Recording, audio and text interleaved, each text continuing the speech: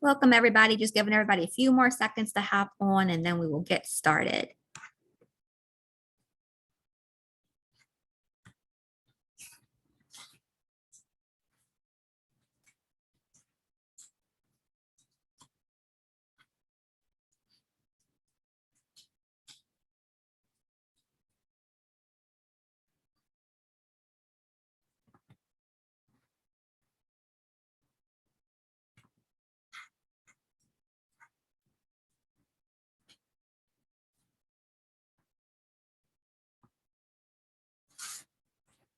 Welcome, Miranda. All right, I still have some people joining, but we'll go ahead and get started and just let them in as they get here. So welcome everybody to session 3 of our professional development series for grades 3 through 12. And we've been going through step-by-step foundational supports using our LIFT, our literacy interventions and foundationals tool. And session 3 today is going to focus on how to conduct or how to administer a foundational skills code knowledge inventory. So let's jump in. So we have 2 objectives today. The first one is that participants will be able to explain the purpose of a foundational skills code knowledge inventory and how to administer one to struggling readers. And our second objective is determine targeted next steps for students from the code knowledge inventory. So here's our agenda. We're going to do a very brief review of our last session. We're going to talk about the purpose of this inventory and how to administer it. And then how do we do some intervention around these foundational skills, some next steps, and then a closure. Just make sure I'm checking the chat. Okay. So just to review, LIFT stands for literacy interventions and foundational tools. And this LIFT kit and this LIFT tool allows teachers to diagnose what gaps may exist for students in foundational areas, such as fluency, code knowledge, phonics, phonemic and phonological awareness. And diagnosing gaps in reading foundations is an important first step in supporting students who are struggling to read or master grade level content. And this LIFT kit provides the diagnostic assessment as well as over 70 interventions to help you along the way. So the last session, session 2, we really dove into that fluency probe, that first piece in LIFT. So we'll go back into the flow chart in just a second, but that first piece, after you acknowledge who needs to have LIFT as a form of data, that first piece is that fluency probe. And so we talked about last week, the National Reading Panel defines reading fluency as the ability to read text with the appropriate rate, how fast or slow you're reading, the accuracy, and the prosody. And we said the prosody is expression and inflection and paying attention to punctuation when we're reading so that we can extract meaning as we read. We talked about monitoring and developing a student's fluency sets them up for success in being able to read and comprehend grade level content. And then the fluency screener, like I said, is that first step. Students falling below the 50th percentile after you administer the fluency passage are going to need this code knowledge inventory that we're talking about today. And then students above the 50th percentile, below the 90th percentile, we said would benefit from some interventions around building fluency. And we've posted the link for the live webinar from last week and the slide deck for that. So if you want to refer back to that because you missed it, you sure can do that. I'll show you how to access all of those things in just a second. So let's dive into our new content for today. So the foundational skills code knowledge inventory is an inventory that assesses students' ability to decode, to match letters and sounds for the purpose of reading. So can they see the letter CAT and determine that that says cat when they're reading? It also assesses the ability to encode. So encoding is matching letters and sounds for the purposes of spelling or writing. So if I ask the student to spell cat, can they apply their knowledge of spelling rules to spell cat for me? It's also a measure that builds on complexity of spelling patterns. So it starts out very basic. It starts out with CVC, what's our short vowel basic consonant words, and then it goes into double letter spellings such as FF and LL. It moves into consonant digraphs. And so for those of you who are my background to middle or high, we're not familiar with these kinds of things. So a digraph, a consonant digraph are two letters, two consonants that come together to make one sound. So ch and sh make one sound even though they're two letters. Are control vowels, long vowels, so A, E, I, O, U, diphthongs, which we're going to talk a little bit about more today. So oi is two vowels that start as one sound and kind of glide into a next sound, O into Y. The schwa, and then multisyllabic words.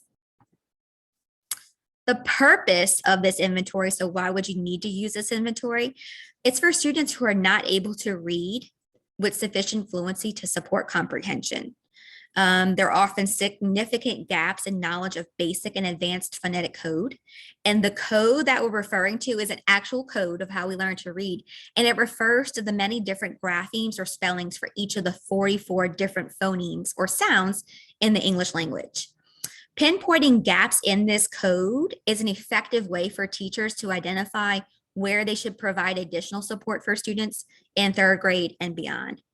And this also helps us, this inventory also helps us to assess where deficits occur for students scoring below, like we said last week, that 50th percentile in the fluency. We're saying if they score below the 50th percentile in fluency, there's something that's hindering them. There's probably some gap in code knowledge that is preventing them from reading at a more fluent pace. So that's what we're diving into this week. So the code knowledge inventory is a part of LIFT. The second part of the LIFT is this code knowledge inventory, and it can be found in both the administration materials and in the student recording packet. I'm going to show you that in just a second. You will need only one administration materials packet, but you will need a student recording packet for each student you are administering the diagnostic to. Whereas the fluency was timed, this section is not timed. The inventory is not timed. So let me jump in real quick and show you kind of where this is at in both of those. And remember, I'll post something in the chat in just a bit for the link on how to get to the LIFT library. But this is the administration materials. And we are looking, this is the very beginning of it. This is that flow chart that I referenced a few seconds ago. So we started out over here in week 1, and we determined which ones even need this LIFT kit. We said students that are not at benchmark or below basic on LEAP need to take that fluency passage. And so last week really dove into that fluency passage. This week, we're diving more into students that are reading below the 50th percentile. And now here we are. We're administering this 3-part code knowledge inventory. And then next week is our last week in this. This is a double series. So before we jump into content literacy, this is our last part of LIFT is next week, where we're going to dive more into this phonemic and phonological awareness inventory. So that's our flow chart. And here are the passages that we spoke about last week. We have the quest for the best and French Quarter. And then this week is where we're diving into this code knowledge inventory. So this is the administration materials. This would be in front of your student for them to read from, okay? And then you're recording their responses in the student recording packet. So again, your name, their name is on that front page. This we've talked about. Here's where you record their words per minute and their accuracy. And it has some information about reading expression as well. This week, after they take this inventory, here is where you will log how they performed on this code knowledge inventory, the piece that we're talking about today. And this is really a great piece of information for many different purposes for many different people and stakeholders. So first off the bat, if your student has more than one teacher, the ELA teacher is really going to be most proficient, but especially if you're servicing students with disabilities or English language learners who have more than one teacher, this is a great thing to show them what skills they're on target for, what skills they need some more support with. This is another great tool if you're trying to get a student identified through the SPLC process. You can bring this, or if a parent is inquiring and saying, hey, I really want to take my child to tutoring, can you help me with some things that they could be working on? You could potentially send this home with the parent so they can kind of help target this at home too. So let's jump in. So we logged Quest for the Best last week. We logged French Quarter last week. And here we are. The student is reading from the administration materials, and you are going to mark, I'm going to show you in a second where to mark and how to mark on here so that you know how the student is performing on this piece of it. So let's jump back into our presentation. Okay, so it's not timed. Setup. So foundational skills inventories are most effective when administered one-on-one in a setting where you can truly hear what the student is reading. Students who need this inventory are probably going to be, these are your struggling readers. These are the ones that are really struggling to read. They're probably not reading loud and proud. They're probably maybe mumbling, whispering. It's going to be kind of hard to hear them. You really want to make sure you can hear the sounds that the student is producing as they read this inventory. And here's what's needed for the administration. Like I said, that administration materials, just that one copy for them to read the words from, and then the student recording sheet so that you're logging this. And if you're in an environment at your school where this is not a normal practice, it's not something that's happening already as far as interventions for students around reading, maybe you're in a 612 campus somewhere, just having a conversation with your administration to kind of get the ball rolling for this is a great place to start, and saying, hey, can we carve out 10 minutes or 15 minutes, whatever is doable for you per week to start getting a pulse and base to know what students need this. Okay, so now we've set up and it's time to actually start administering it. So pages 9 through 14 of the administration materials is where I stopped with you, that just shows the words. And this corresponds with pages 9 to 12 of the student recording packet.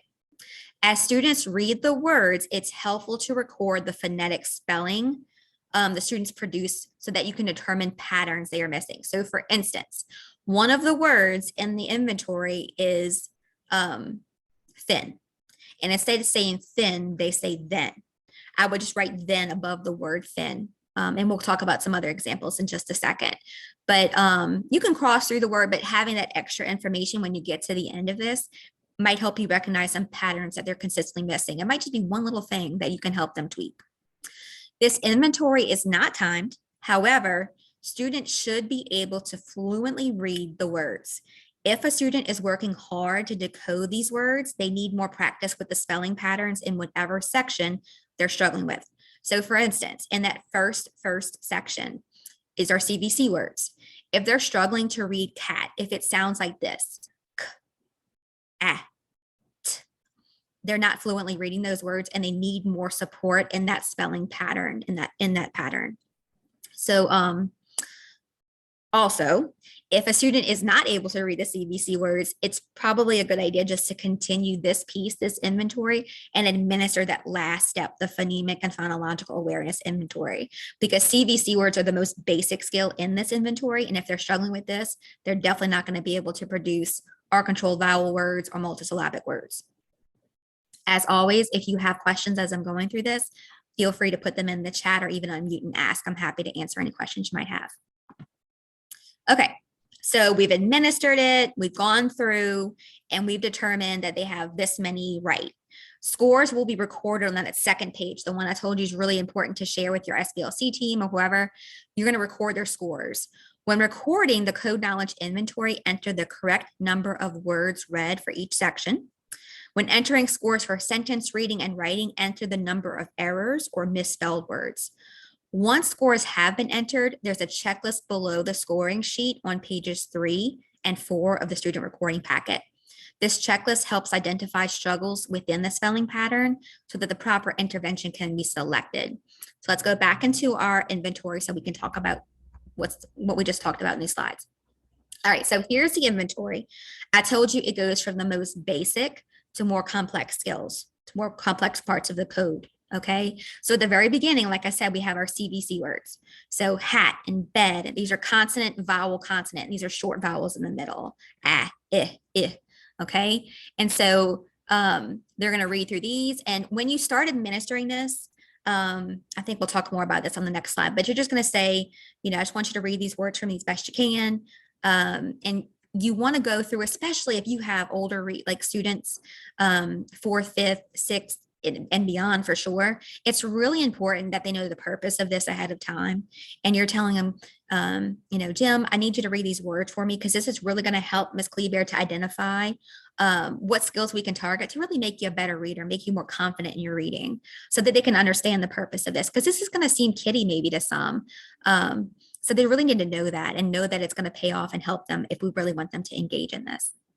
So you have your CVC words. These are your double letter spellings, right? Doll, stuff, pass. You have your consonant digraphs. And these are those two letters, two consonants that come together to make one sound. Then you get into your R controlled vowels. Building on complexity, we get into long vowels and then vowel digraphs.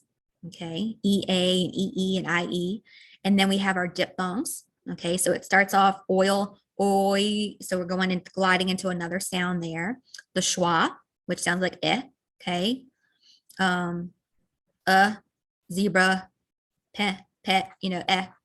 And then we have our multisyllabic words. Okay. So again, if a student is really struggling in that CVC, they're not going to be able to read window or bedroom unless maybe they can read parts of these words by sight, which sometimes happens, especially as our readers get older and progress through the different grade levels. They're going to start to develop different coping strategies when they're reading, and some words they are going to read on sight. But it's really important that they have this foundation if we want them to be a good reader. Okay, so they've read through that, and here I was recording. Okay, and they're going through this, and Jim's getting all the way through to diphthongs. He did okay, and then he gets to diphthongs, and he's like ow and toe and faux, and he's really struggling here. Okay, so when I go to log this on page 2 of my recording packet, like I just read about, here's page 2. I'm going to put how many he has correct. Well, diphthongs, he only got 1 out of 5. Okay, so my next step when I'm recording this is I'm going to click on the diphthongs, and it's going to take me to interventions that I can use for that. I'm going to walk you through that in just a second. Okay, so everything you need is here. And here is that checklist that I was talking to you about that can kind of guide you to. And these can also be clicked on to lead you to the interventions. So is the student unable to read words containing diphthongs like this? I would check yes, and then I would click on diphthongs. And this is another way that it can take me to the interventions. All of that's built into this. Okay. So here we are. You're going to review the mistakes made in the inventory as well as the scores and how students scored on each category to determine what interventions to start with. You want to start with the most basic skill they missed. So if Jim struggled on CVC, I need to start on CVC. If you made it all the way to diphthongs, then I'm going to intervene on diphthongs. But you have to build that code kind of from more basic to more complex, okay? If a student struggles with the inventory and is not even able to read the CVC words, they may benefit from further screening with the phonemic and phonological awareness inventory. And we're going to review that inventory in our next session of the series, which is on next Wednesday, October the 5th. Okay, so further developing code knowledge. So once you've identified these areas, you're going to select the appropriate intervention from the Lift Kit library. And I showed you how to click on that from the scoring sheet. I'm going to show you one last way to access. We have different ways, so we just want to make sure you can access this with no problem. Interventions can be found toward the bottom of the library. I'm going to show you that in just a second, and are structured from basic to more complex skills. The interventions all contain the same components. I'm going to walk you through one of the interventions in just a second. So it starts out with a rationale or importance of the strategy. It then goes into materials required, and the materials required are very minimal because we wanted this to be very easy to roll out and implement in classrooms.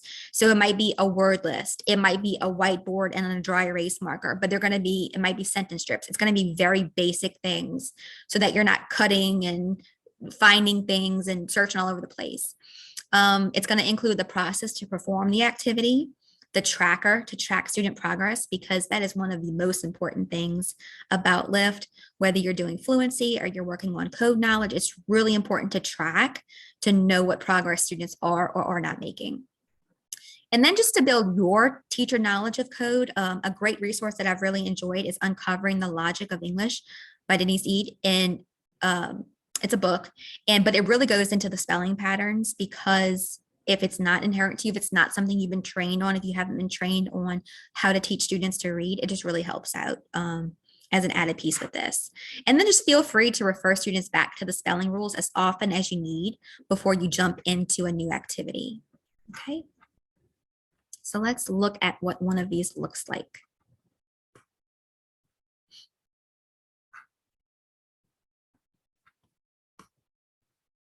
Okay. So I'm here in my recording packet. I'm clicking on diphthongs because that's where they struggled. Okay. And it's going to take me to the Lift Kit library. And let me post this in the chat real quick before I forget. Okay.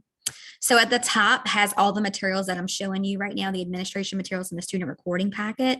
But then below that are all of the intervention resources. So these are the ones we'll talk about next week, phonemic and phonological awareness.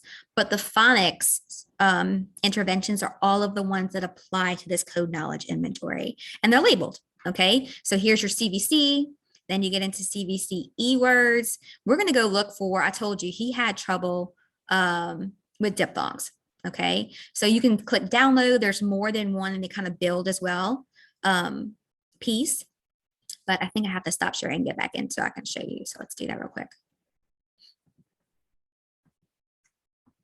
This is the one for diphthongs. This is what they all look like. Okay, they all kind of start with this rationale piece.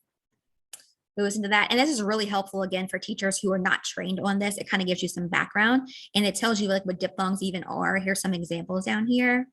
It has your materials. So a 2-column list of words with diphthongs, easier to more challenging. And there's an example included, but you're also welcome always, if you are continuing to do this, to look up you can look up diphthong word list and that'll come up.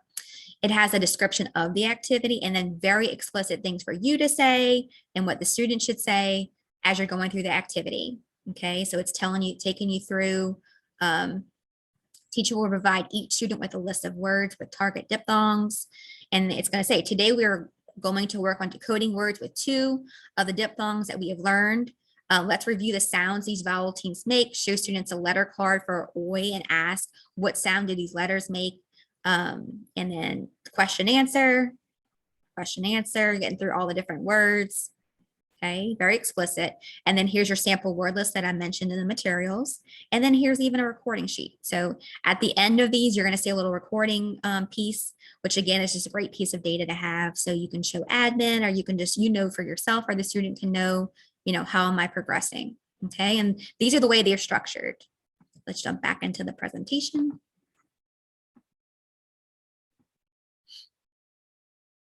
Okay. So these are just 2 added pieces that can really complement your work through these interventions in the code knowledge, creating an anchor chart for the spelling patterns that you're working on. So this is a very basic one. Like there's cutesy, like just beautiful things, background, middle, and high. Like they probably wouldn't want all the cutesy little, graphics on there. They might, but this is one I would probably use in a middle or a high school room. And I would have it, if I happen to have like a little intervention corner with like a desk for me and 2 or 3 chairs for the kids, or if I don't, I just have this in a binder and I have my little binder standing up while I'm working with them through this activity. And I'm just reminding them, guys, remember, this is the 2 ways to spell oi. And if you're using the OI spelling, if it comes at the beginning or the middle of the word, and this is explained in the rationale of that intervention, and OY is the spelling if it comes at the end of the word or the syllable. And here's some examples of using that. Okay, so using an anchor chart. And then I have a link in just a second to our sound wall. This is another great thing to use to complement your work inside of this. So this is a sound wall, and it shows the mouth, what the mouth should look like when producing these different sounds that they're making as they're developing their proficiency through the different phonics skills. Okay. All right. So code knowledge intervention in small groups. I think I skipped this. So small groups should be no more than 4 students. Okay. Students should be grouped according to the skills that you are intervening on. Students needing CVC practice should be grouped together, oral control vowels should be grouped together, and so on. Start students in groups based on their most basic need. So start at CVC and work your way up. Explain to students the purpose of the intervention and explain the rationale or the spelling rule in terms they can understand prior to starting on a new skill. Feel free to include reference sheets like the anchor chart I just showed you as needed for students to refer to as they progress through their work on that skill. And another great resource, like I said, is this sound wall that shows students' mouth placement when making the sounds. And the slide deck will be shared with you guys again after the presentation. And I have a live link to our sound wall that we have created. Okay. So other groups or students that are not in your teacher group working on these interventions should be working on an independent assignment that they will be held accountable for while you are pulling students. And this could look like a lot of different things. I'm going to get more into this as we go through different sessions, but just some things that work really well, like a free read time where they pick up what they want to read, and maybe you have a log to kind of check and summarize, working on summary skills of what they read about that day. It can be fluency practice in a pair, like have them in pairs throughout the class, doing a partner read of a fluency passage. Just a lot of different things they can work on that are very meaningful and are still moving them while you're doing this work in those small groups. Be sure to track student progress on the trackers and share progress data with the students so that they can see their progress. Some students will progress faster than others. As students master the skill, feel free to push them to the next level group. So for instance, if you have 5 students in the CVC group and 2 of them are flying by and you have another group of more complex spelling patterns, feel free to kind of make them fluid and put them in that next group as needed. But also, if a student is progressing slower, it doesn't mean it isn't working. Dyslexic students will need as many as 100 exposures to a rule before it sticks. Okay, and so knowing this kind of helped me because then it helped me to understand in order for dyslexic students to orthographically map a spelling pattern in their head, for it to be stuck in their head, they have to see it that many times. And of course, not the student is dyslexic, but even the average student needs 5 to 6 exposures with that spelling pattern before they get it. And the curriculum, most curricula have 5 to 6 exposures on purpose. It's designed for that. But for the other half of students, even the non-dyslexic ones, just ones that need more support, they're going to need more exposures to the spelling rule before they become fluid with that. So if that never happened, then that's going to help them. It's really this little bitty pieces of work are really going to help move students in those skills. Okay. So the foundational skills code knowledge inventory and lift allows teachers to pinpoint exactly where gaps exist in a student's ability to decode. The LIFT kit offers over 70 intervention activities based on the student need identified in the diagnostic. 5 to 10 minutes of repeated small group instruction on a particular piece of code can close foundational gaps in students and produce more fluent readers. So the activities that I shared with you should not take more than 5-10 minutes tops. So this is just really quick, repetitive work that as they see it more and more, it builds their library, it starts building their sight vocabulary so they can see these patterns and words later and retain them, okay? And before I get to the last little piece, I just want to say that this is something that's great for any kid who really didn't do well on that fluency screener in grades 3 through 12, but we will be developing, or it's in development, is a secondary piece that's going to have a more advanced phonics code to help, because students in middle and high, some of them are going to need this. You're not going to have a ton, over half the kids in your class are not going to need this, but they might need more help on multisyllabic words. So we're going to continue to develop, just keep checking the literacy library, because we're going to continue to develop interventions to be used at that level and additional screeners to go with this piece as well.